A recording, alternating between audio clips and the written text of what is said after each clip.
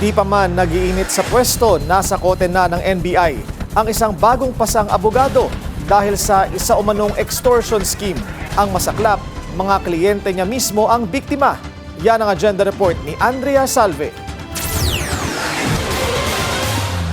Arestado ng NBI Organized and Transnational Crimes Division sa kanyang opisina sa Taguig City ang abogadang ito at ang dalawa pa niyang kasama sa umano'y tangkang pangingikil sa kanyang sariling mga kliyente kapalit ang kanilang seguridad. Tinakot daw ng abogada ang kanyang mga kliyente na sila ay pinapapatay ng dati nilang nakaalitang Chinese business partner sa pagmamayaring trucking business.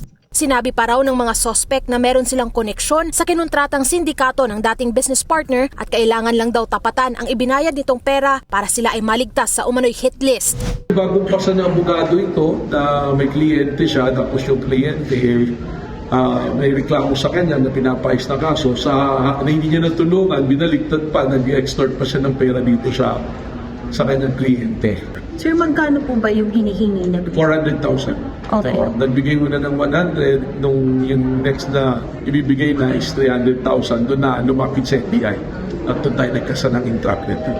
Napakahirap kasi ang relationship ng lawyer at ng kliyente dapat based on trust yan, itiwalaan yan eh. So dapat ang mga abogado, mas mataas yung standard na tinitingnan sa atin sa ating paggawa ng ating trabaho.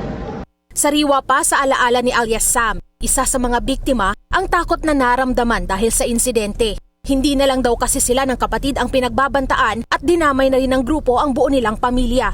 We were so scared and hindi po namin alam yung gagawin kasi mga babae po yung nakatira sa bahay. Anak kong babae, 4 po sila, and yung mother ko po na cancer patient. Sinabi po namin sa kanila if kung pwede kaming tumawag ng pulis. Ang sabi po daw nila is hindi pa pwede kasi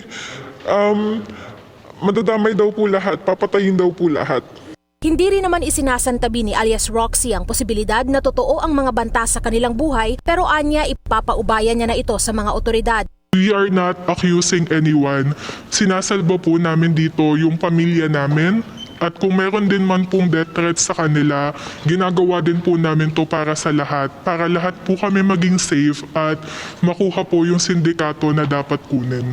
Sinubukan naming kunin ang panig ng mga suspect pero hindi sila nagpaunlak ng panayam. Patuloy naman ang investigasyon ng NBI hinggil sa kaso habang nasa kanila na ring kustudiya ang mga nahuling individual. Nahaharap sila sa kasong robbery extortion in relation to the Cybercrime Prevention Law. Para sa agenda, Andrea Salve, Billionaire News Channel. Manatiling nakatutok sa Billionaire News Channel. Sumubaybay sa aming social media accounts at mag-subscribe sa aming YouTube channel para sa mga eksklusibong balita at storya.